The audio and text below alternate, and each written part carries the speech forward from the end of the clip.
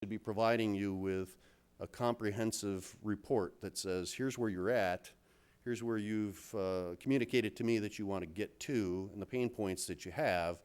Here's how I would say we would resolve them.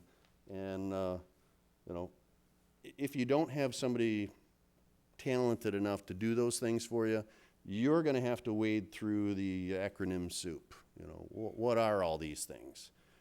So I recommend to you that you seek out a non-vendor biased cloud consultant. And when I say non-vendor, I don't want you to end up in a situation where everything that's being presented to you is based on what their product capabilities are, right? It's your business is unique. The way that you're going to use the information, the way you're going to access the information, and the way you need to deliver the information to your clients is unique. And so it would be hard to assume anyway that any one vendor has gone out and built Dave's perfect product, you know, or Farbman's perfect product. This is going to be a solution that's pulled together out of multiple solutions and tied together so that it is actually delivering exactly what you want and when you want it and where and at what price point, and done securely in such a way that it's reliable, resilient, and redundant. So that process is, again, it's a discovery and an investigation process in your facility, talking to the stakeholders and the business owners to find out what their vision is. You can't tell somebody how to get from here to there if you don't know where there is. And then coming up with that process, if you will, on the bottom, where you always want to make sure that whatever vendor or vendors you pick perform what I call a bake-off. You know, some kind of proof of concept. Show me what you can do, and I want that to be non-obligatory so that when we're done, we know we're reaching the goal that we both agreed upon. So I'll cut to the chase here. That's me. Throw a little techie out there. If you text RBeckers1 to 88588, you'll get my full contact information.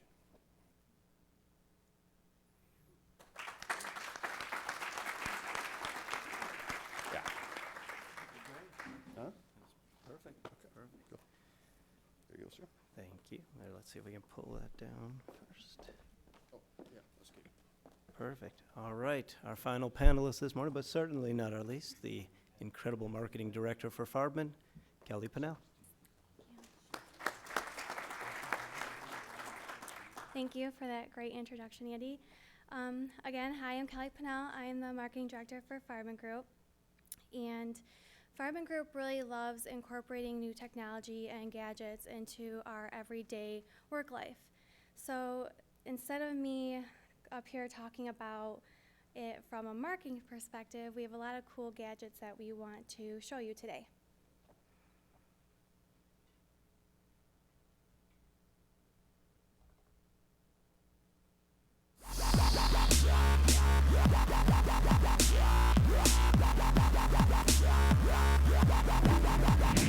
Historically, the commercial real estate industry has been slow to adapt to and implement current technologies.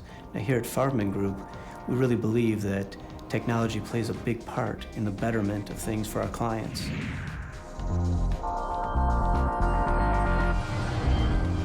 And one of the cool things about GoPro versus your typical camera is that it allows you to give a first-hand perspective of whatever it is you're looking at. So what we mainly use it for is we give people video tours of our spaces, so you don't actually have to physically tour the space. We'll put that on and we'll give you the human perspective of the space as you're walking through it, so you can see whether it might fit your needs, and if it does, hopefully you'll come out and visit that space.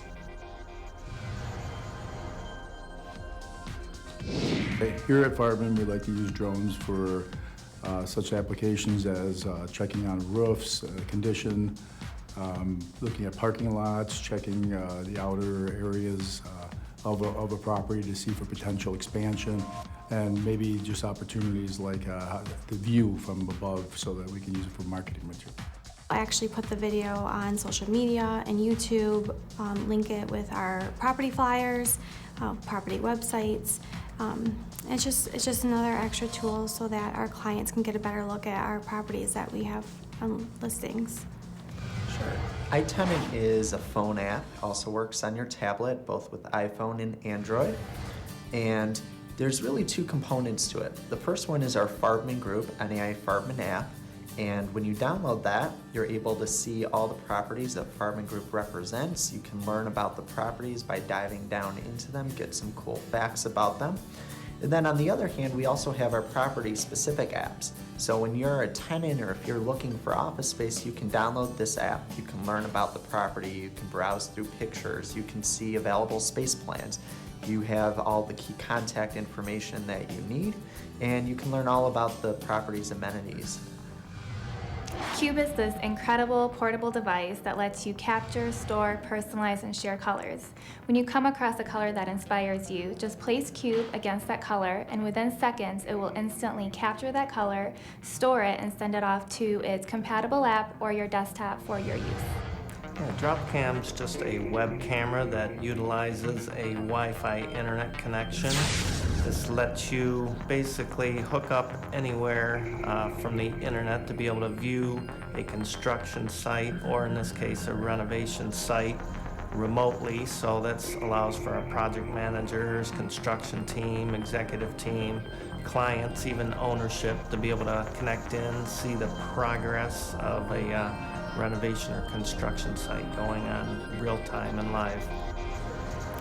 Doob is a new technology that has been introduced to Farbman Group, and we are going to be utilizing it to provide 3D modeling for clients, prospective clients, as well as looking at conceptual developments and utilizing the 3D models in a manner to help better present those types of projects and presentations.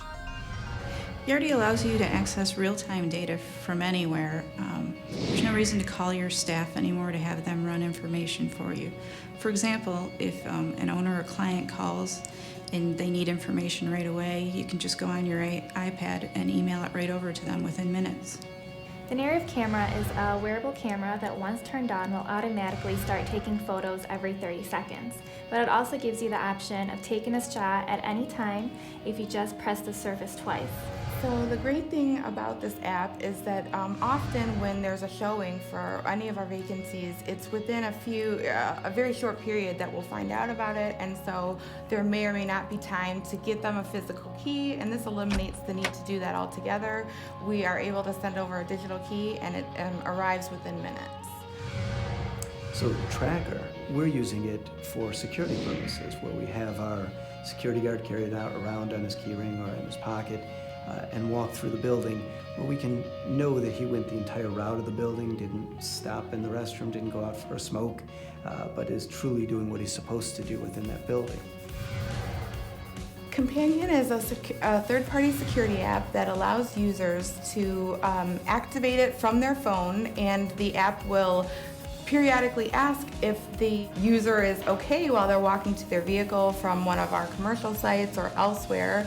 If it doesn't hear back from you within the 15 minutes and periodic check-ins, then it will automatically contact one of the persons designated in your contact list. So these are just a few of the many amazing technologies we use here at Farbman. And it's really through the power of technology that we bring you the power of the Farbman Group.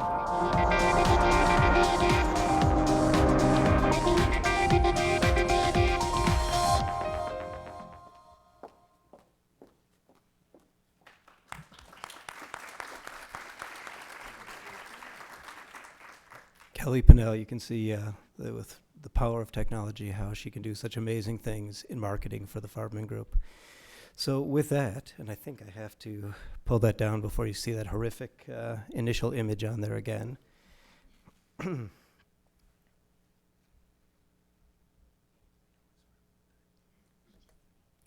So much better, all right.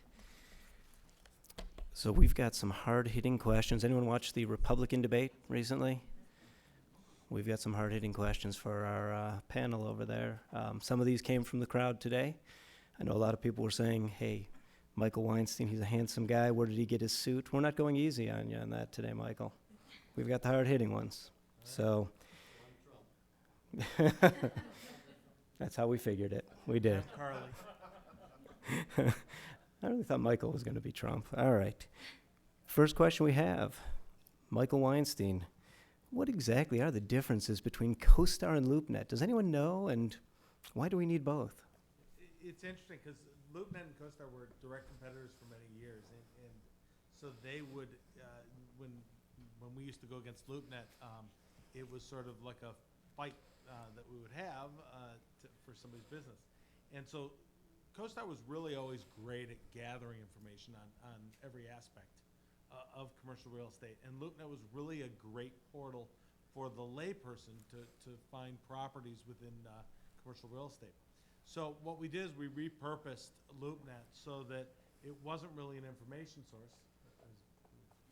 It sounds like your time is up, it looks like.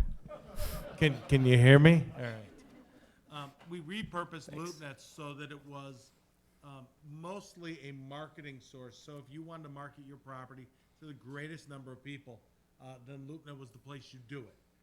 LoopNet had really figured out the SEO business, and so anybody who runs a Google search or a Bing search, if anyone's running Bing searches, they'll actually be able to find LoopNet pretty easily. So LoopNet's our public side, and CoStar's our professional side. It's where you'd go if you want to know the nitty-gritty on a property because you're looking to acquire it or you're looking to compare it to your property. Thank you, Michael. All right, we'll start off with Mr. Trump on this one. Is commercial real estate quick to embrace technology? If so, why? And if not, why? Well, some are, as we've seen by your video. Some embrace it, and some have not. And I think if they haven't, it's mostly because that it is a personal, one-on-one adventure of meeting and taking a client to the sites and experiencing the look and the feel that you may or may not be able to get as well as you'd like in a flat 2D representation. So obviously those things are changing. You're seeing 3D representations of properties and full video and so on. And so I think that adaptation will actually speed up exponentially now, but it's not, there are a limited amount of people who actually take it to the level that you've taken it. And so you're a leader, they're following. Oh, I like that. That was an unexpected endorsement of Farbman. Thank you, sir. I appreciate that. Actually, I think that some of them have, and so I deal with a lot of commercial real estate companies that have really embraced technology.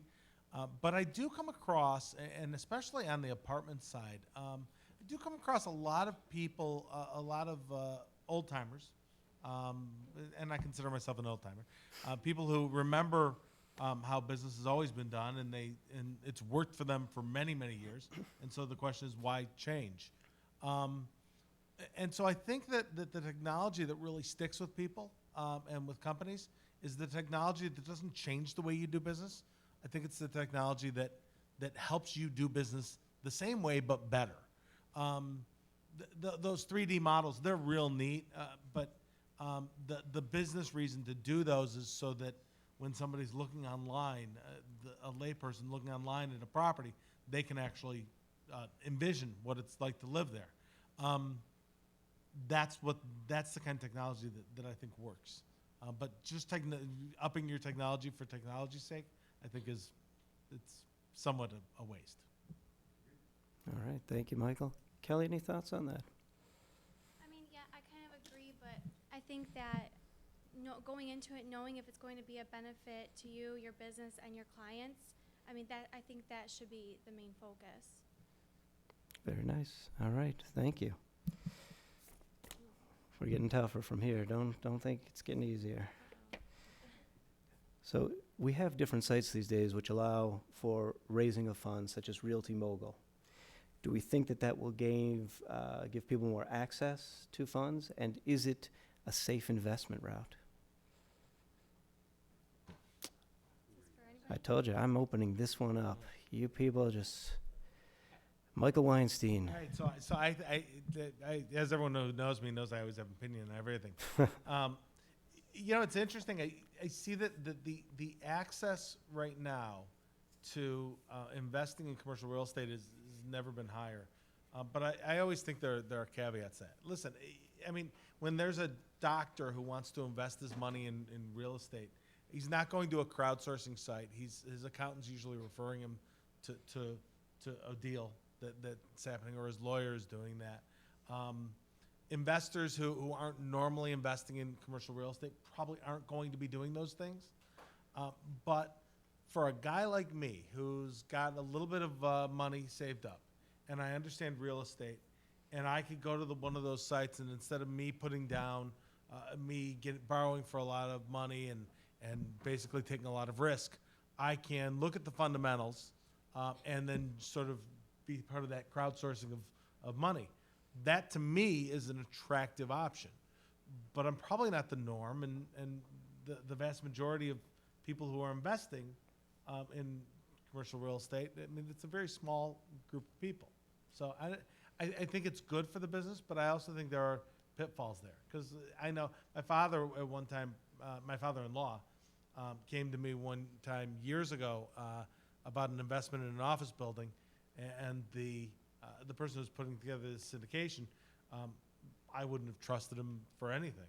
In fact, he's no longer in the business. But I could look at the fundamentals and I could say, this guy's way off. But my father-in-law, if he was actually into this crowdfunding thing, he would have just thrown his money in there because he said, I could own that building. And I think sound judgment is always needed, and you have to talk to your professionals who know it. All right, thank you. Anyone I'd like else? to make a comment. Yeah. Please. I think that it's still a matter of preference per the individual, and I still agree. At the same time, I think that people who are experienced, who are looking for a efficient way to invest, this is a great tool. I think I read an article that Realty Mogul just reached their 50 million milestone mark, which is great for them. So I think that goes to show that it's just another tool that's changing the way we do day-to-day business in our industry. Very good point. All right. We'll move on from there. All right. So, do we think that it's the real estate professionals or the clients in our industry that are driving the use of more and more technology? Which is the leader of that? And we'll start with Rick on this one. I think it's the clients. I think it's the clients, to be honest with you, because everyone now searches everything. You know, the example of the Yellow Pages being dead and gone. I mean, where's the first place that you go to research anything? It's to an internet browser to do a search. And you know, honestly, some of the people that are finding you to seek you out for your experience and capabilities, it's through these same searches. So I think the demand begins there, and you have to find a way as professionals to meet them on that realm so that then you can make the change from virtual to physical and turn them into real clients. Okay, thank you. Anyone else? I think it's actually both. I think that the end users, we've seen on the apartments.com side that people are coming to our site, apartments.com, because of the Matterport images, because of, which are those 3D views. They're coming because they can calculate drive time from their office to the new place they want to live. They're coming in droves because of that, and they're staying there.